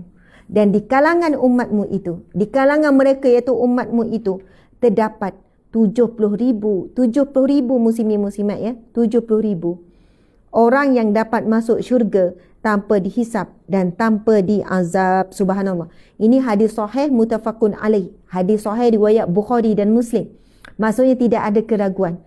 Sebagaimana disebutkan dalam hadis sahih ini, maka tidak ada keraguan pada kita bahawasanya benar-benar nanti adanya 70,000 golongan yang akan masuk syurga tanpa dihisap, tanpa diazab. Muslimin muslimat yang dirahmati Allah sekalian, 70,000 ni sikit ke banyak? 70,000 ini kalau kita fikir, ramai 70,000. Sebab 7,000 dah ramai, 700 pun dah ramai, 7,000 dah ramai, 70,000 kita bayang. Tapi cuba fikir muslimin muslimat, umat Islam hari ini di dunia saja dalam 3 bilion, hari ini yang hidup hampir 3 bilion. Bayangkan jika kita nak menghitung daripada zaman Nabi Muhammad SAW, para sahabat sendiri berapa ramai, para salafus soleh berapa ramai, para wali Allah berapa ramai, para Allahu Akbar daripada zaman Nabi Muhammad sampai sekarang berapa bilion manusia dah. Sebab itu 70,000 ini bukan ramai tetapi sebenarnya sedikit. Walaupun di sana ada hadis yang menyebutkan, tetapi hadis itu bukan hadis sahih, yang mana Allah beri kelebihan pula kepada 70,000 orang ini untuk menarik 70,000. Maksudnya 70,000 setiap orang boleh tarik pula 70,000. Wallahu alam. Tapi yang sahihnya 70,000 disebutkan dalam hadis ini. Mari kita baca hadis ini sampai habis. Siapakah ciri-ciri? Apakah ciri-ciri mereka yang masuk syurga tanpa dihisap, tanpa diazab? Kemudian Rasulullah sallallahu alaihi wasallam bangun dan memasuki rumahnya. Sedangkan para sahabat saling bercakap-cakap mengenai orang yang masuk syurga tanpa dihisap dan tanpa diazab itu. Sebahagian dari sahabat itu ada yang berkata, barangkali mereka itu adalah orang-orang yang telah menjadi sahabat Rasulullah sallallahu alaihi wasallam. Sebahagian yang lain berkata, barangkali mereka itu adalah orang yang dilahirkan pada masa Islam dan mereka tidak pernah mempersekutukan Allah dengan sesuatu pun. Mereka pun menyebutkan banyak kemungkinan mengenai hal tersebut. Okey, lepas Nabi kata, Nabi bacakan hadis, terdapat 70,000 orang yang akan masuk syurga tanpa dihisap. Di padang mahsyar tak dihisap, langsung terus masuk syurga. Maksudnya dia langsung tidak disentuh oleh api neraka dan dia tak perlu dihisap. Bila di padang mahsyar, namanya terus dipanggil masuk, dijemput masuk ke dalam syurga. Buku amalannya tidak dibuka tanpa dihisap. Muslimin muslimat dimati Allah sekalian. Lalu selepas Nabi bacakan hadis itu, Nabi berhenti di situ, Nabi masuk rumah. Nabi tinggalkan dan memasuki rumahnya. Lalu tinggallah para sahabat bersama dengan sahabat-sahabat ini berteka-teki, membincangkan siapakah golongan tu. Mereka saling bercakap, agak-agak siapa ya? Siapalah 70,000 golongan ni? Sebahagian daripada sahabat itu ada yang berkata, mungkin mereka itu adalah orang-orang yang telah menjadi sahabat Rasulullah sallallahu alaihi wasallam. Orang yang kedua pula cakap, barangkali mereka itu adalah orang yang lahir Islam dan tidak pernah sekutukan Allah dan mati dalam Islam. Maksudnya mereka bukan katakan diri mereka. Sebab apa? Mereka ni kebanyakannya baru masuk Islam. Sahabat-sahabat Nabi ni baru masuk Islam. Baru masuk, ada yang umur 50 baru masuk Islam. Ada yang 40 baru masuk Islam. Kan ada umur 30 baru masuk Islam. Sebab ketika ini Nabi SAW baru saja dilantik menjadi Nabi. Muslimin-muslimat dimati Allah sekalian.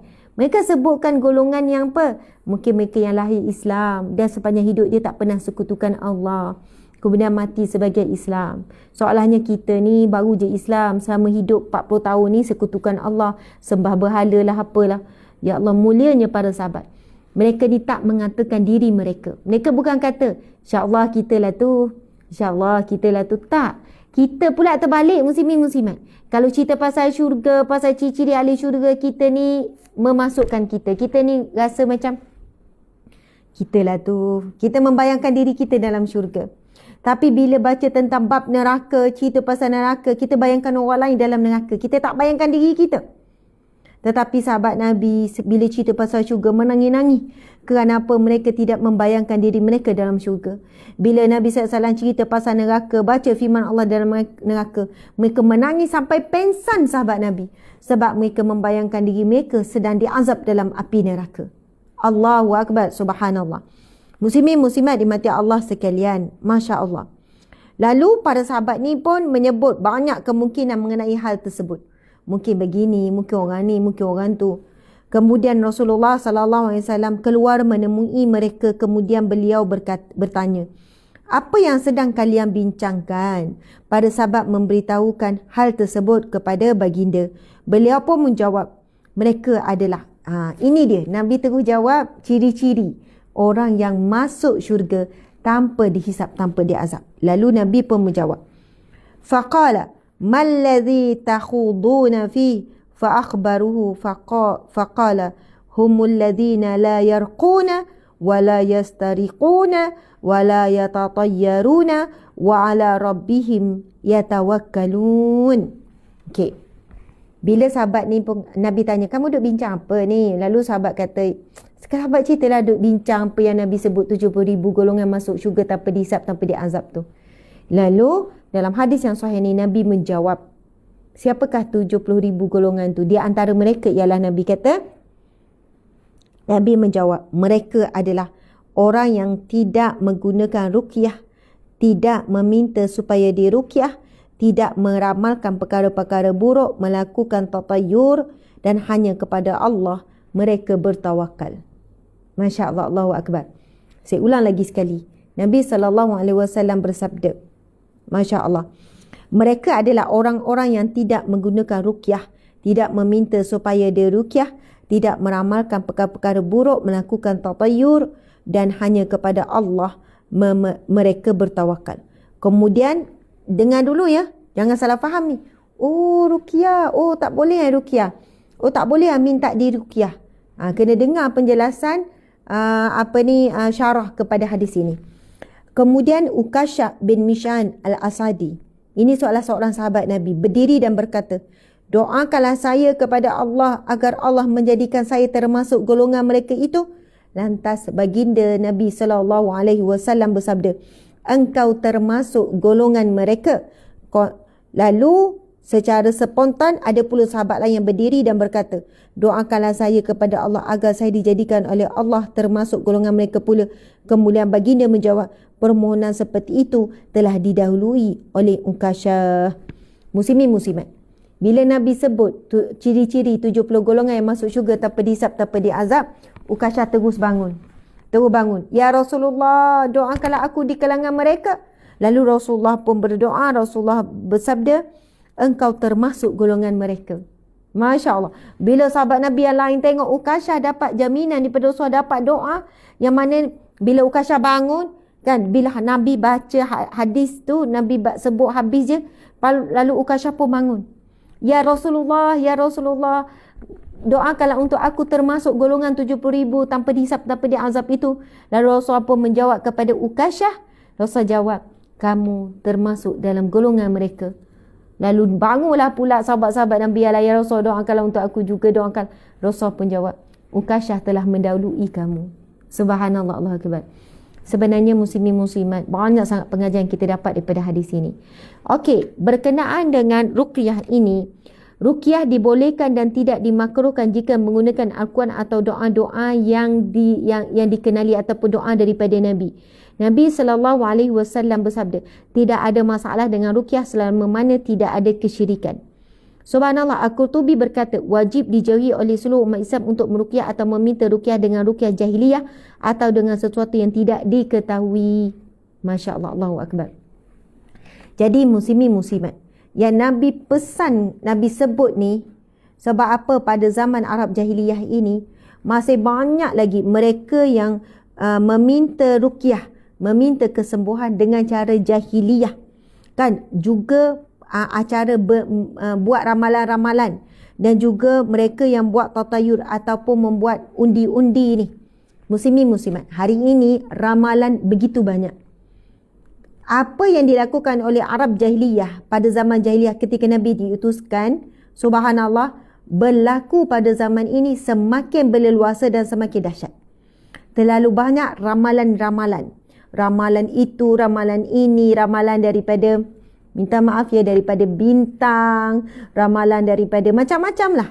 Kan, secara moden, secara tersusun, secara terperinci. Macam-macam bentuk ramalan lagi yang hari ini ramai lagi manusia percaya.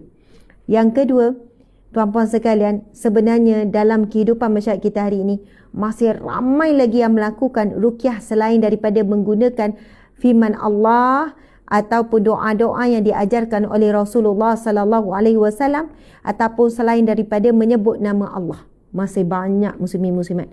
Semua yang disebut pakai tangkal ke, kan, dapat azimat sekian-sekian ke, dapat bacaan-bacaan yang pelik-pelik yang sekian-sekian ke, na'udzubillahi min zalik.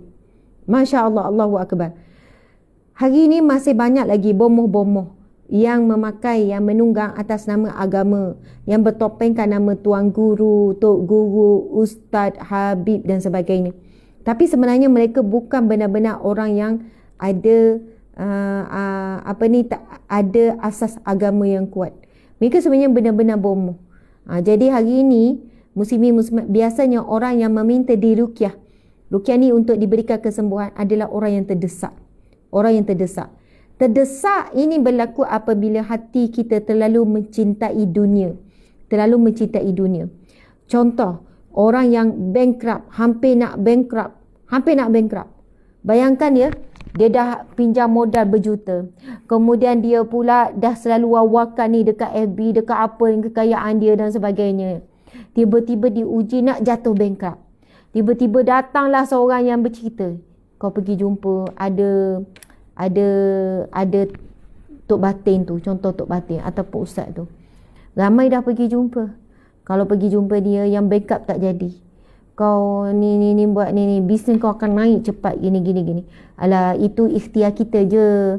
Ikhtiar, kita yakin Allah. Ayat macam tu lah muslimin-muslimat. Kita yakin Allah yang beri rezeki. Cuma itu salah satu ikhtiar. Dia pun bukan ajar benda yang pelik-pelik pun. Dia guna ayat Quran juga. Cuma adalah benda-benda yang dia suruh kita buat. Adalah perkara-perkara. Kau akan tengok nanti kedai makan engkau penuh orang. Dan itu kita, orang datang ni rezeki Allah. Ayat tu selalu menunggang nama Allah, menunggang nama agama, menunggang atas nama tawakal lah, ikhtiar lah dan sebagainya. Muslimin-muslimat. Ramai mana akhirnya pergi jumpa. Kan? Walaupun nampak ada amalan yang pelik, tapi sebab ada juga ayat-ayat Quran yang digunakan. Na'udzubillah min zalik. Ramai mana tuan-puan sekalian yang saya jumpa, orang yang sakit berat. Orang yang sakit berat, ustazah, saya dah buat perkara syirik. Kenapa? Saya hari tu sakit teruk ustazah, tapi saya bayangkan ialah anak-anak kecil lagi perlukan saya. Sekian-sekian, saya tak boleh lagi ni. Lepas ada orang kata ada tempat yang jauh, walaupun memang yang mahal ustazah, ribu-ribu. Tapi betul lah saya sembuh sungguh ustazah. Tapi memang saya fikir-fikir balik, saya buat perkara syirik macam mana ni ustazah. Saya kata syirik satu-satunya dosa yang Allah tidak akan ampunkan. Syirik satu-satu dosa. Dan syukur puan sedar sekarang. Sebab kalau mati dalam keadaan puan belum sempat bertaubat, dosa lain mungkin boleh diampunkan Allah. Bila adalah amalan-amalan kita, tetapi syirik tidak akan diampunkan. Dan ramai mana orang yang mati dalam keadaan tidak sempat bertaubat. Habis tu ustazah macam mana?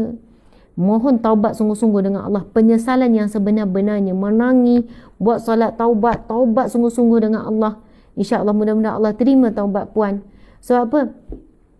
Dia kata sebab terdesak begini-begini. Sanggup buat apa saja demi sihat. Memang betul. Sebab itu kita sebut.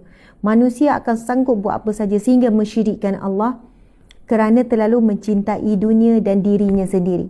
Bila kita diuji dengan sesuatu yang melibatkan dunia, kita bakal kehilangan dunia, kita bakal kehilangan nama, bakal kehilangan harta benda, ataupun kehilangan diri kita, iaitu kesihatan. Baru kita tahu bahawa hakikat sehat lebih utama daripada bahagia.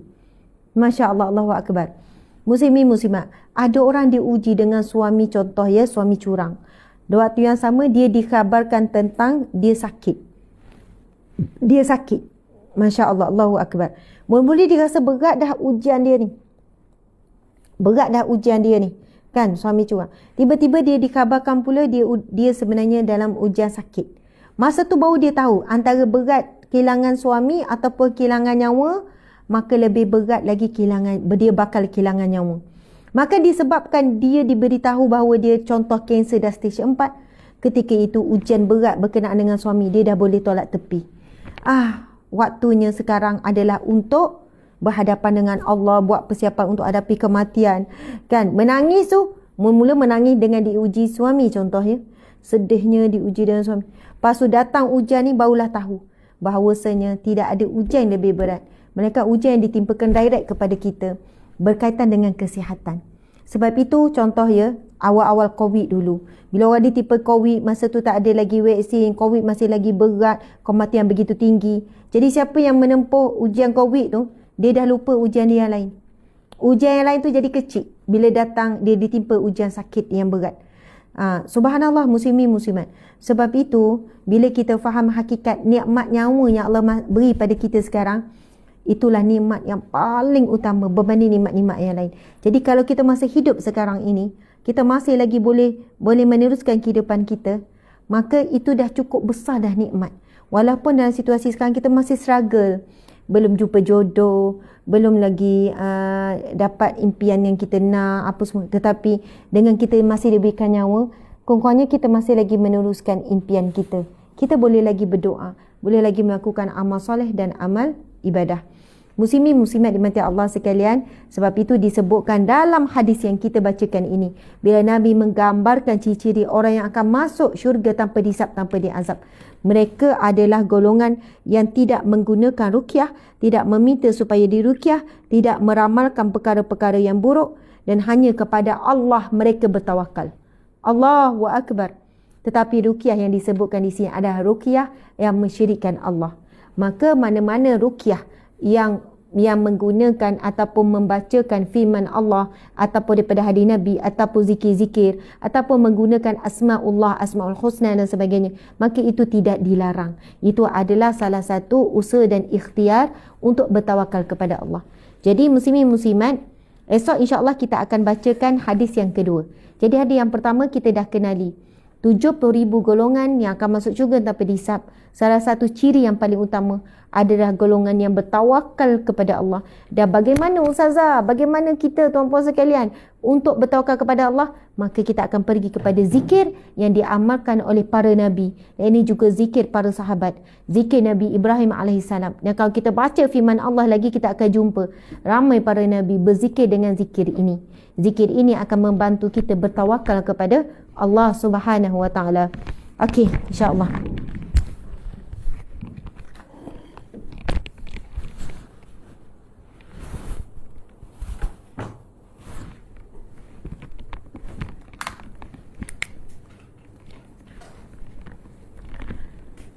Okey, bismillahirrahmanirrahim. Yang pertama,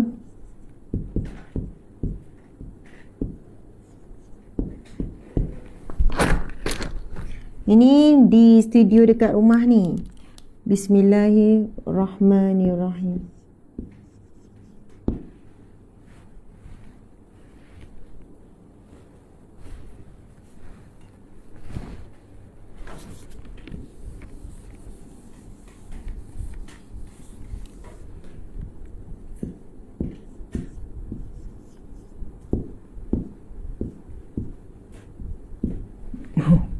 Bismillahirrahmanirrahim.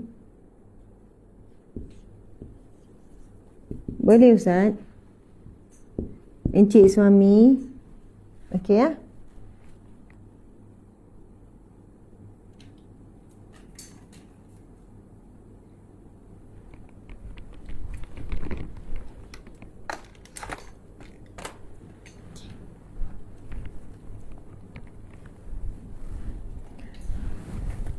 Ya. Bismillahirrahmanirrahim. Saya pula tulis dekat tepi ni, pendek je. Hasbunallah.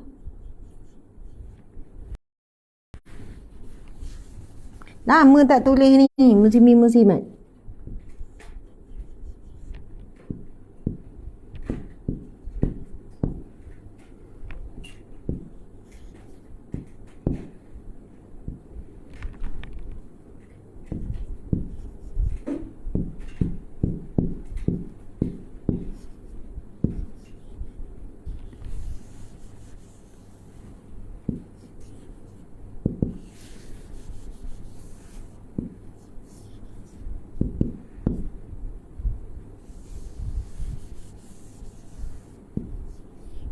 Allahu Akbar.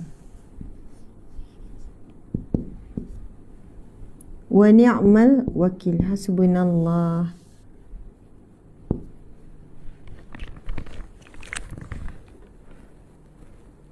Mana tadi Ustaz ayat tu?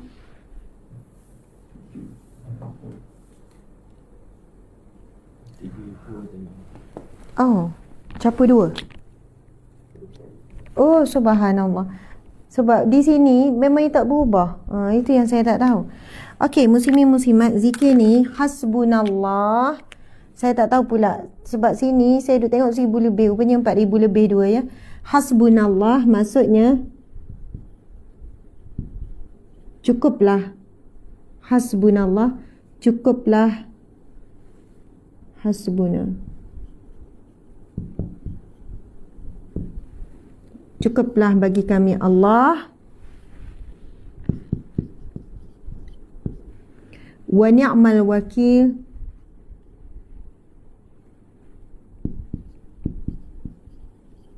Dialah yakni Allah.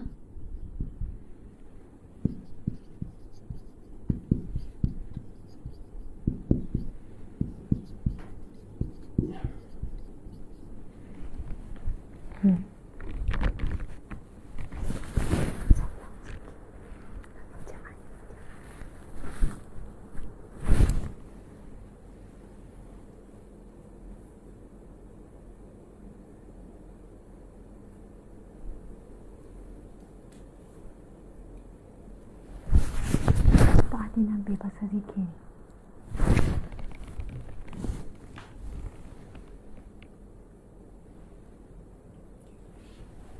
Okey, muslimin muslimat. Hasbunallah wa ni'mal wakil. Kalau nak sambung hasbunallah wa ni'mal wakil, boleh je hu wa ni'mal wakil. Okey, muslimin muslimat yang dirahmati Allah sekalian. Hadis berkenaan dengan zikir ini daripada Ibnu Abbas radhiyallahu anhu. Ia merupakan hadis sahih. Daripada Ibnu Abbas radhiyallahu anhu. Encik, fokus. Ya.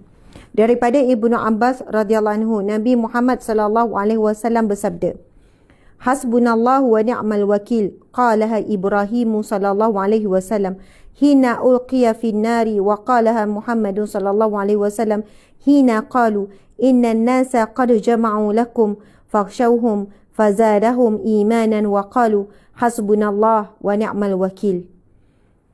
Allahu akbar, subhanallah, Allahu akbar. Nabi sallallahu alaihi wasallam daripada Ibnu Abbas radhiyallahu anhu, Nabi Muhammad sallallahu alaihi wasallam bersabda, cukuplah Allah itu sebagai penolong kita dan dia adalah sebaik-baik yang diserahi, sebaik-baik tempat untuk kita bertawakal.